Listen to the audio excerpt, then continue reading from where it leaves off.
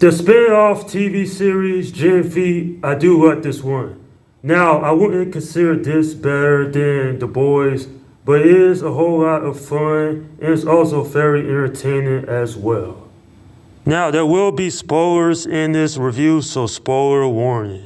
You know, when I had first heard about this show, I was a little skeptical. Superhumans in college, I don't know about that, but then I saw the first trailer and I was immediately on board.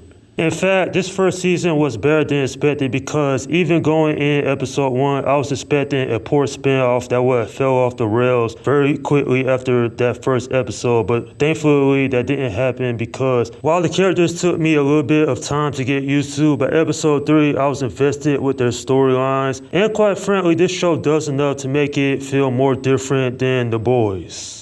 Like, for example, Andre and the relationship he has with his father Polarity, with both of them able to control Mel, and we actually find out in the season finale it's actually causing health problems for both of them. Or even in episode 7 where it's revealed that Victoria Newman, she too is a bloodbender, and it actually explains a lot about her powers.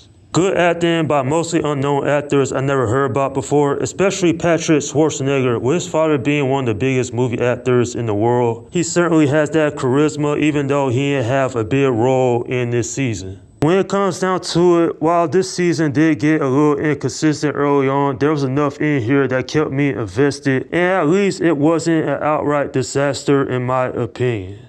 Now this first season does introduce some interesting characters such as Marie, a male human who has the ability to physically manipulate blood.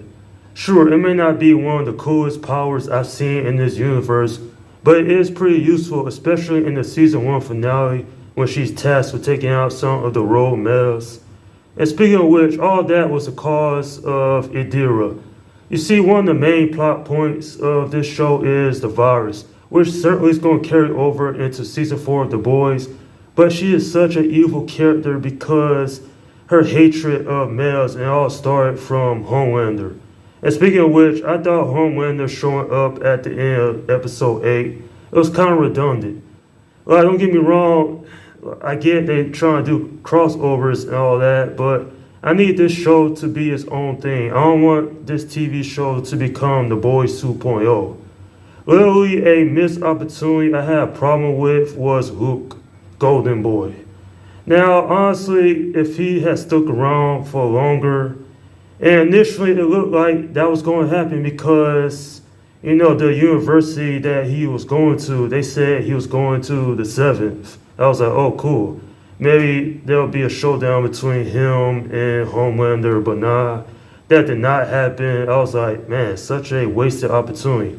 A character that powerful, and he seemed to have a good head on his shoulders.